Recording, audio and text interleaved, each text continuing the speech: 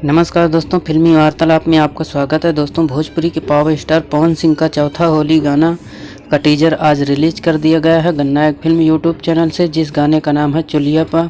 दोस्तों, इस गाने को लिखे हैं सूरज सिंह और म्यूजिक है इसमें प्रियांशु सिंह और दीपक दिलकश का, और इसको गाए हैं भोजपुरी के पावर स्टार पवन सिंह अपनी मधुर आवाज़ से, और साथ में गाई हैं अनजान बिंदु।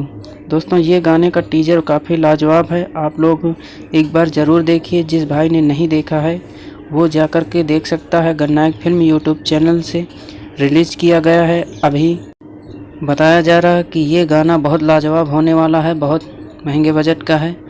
और पावर स्टार पवन सिंह का ये वीडियो आप लोगों को अच्छा लगा हो तो वीडियो को लाइक कर दें और चैनल को ज़रूर सब्सक्राइब कर लें। जय हिंद, धन्यवाद दोस्तों।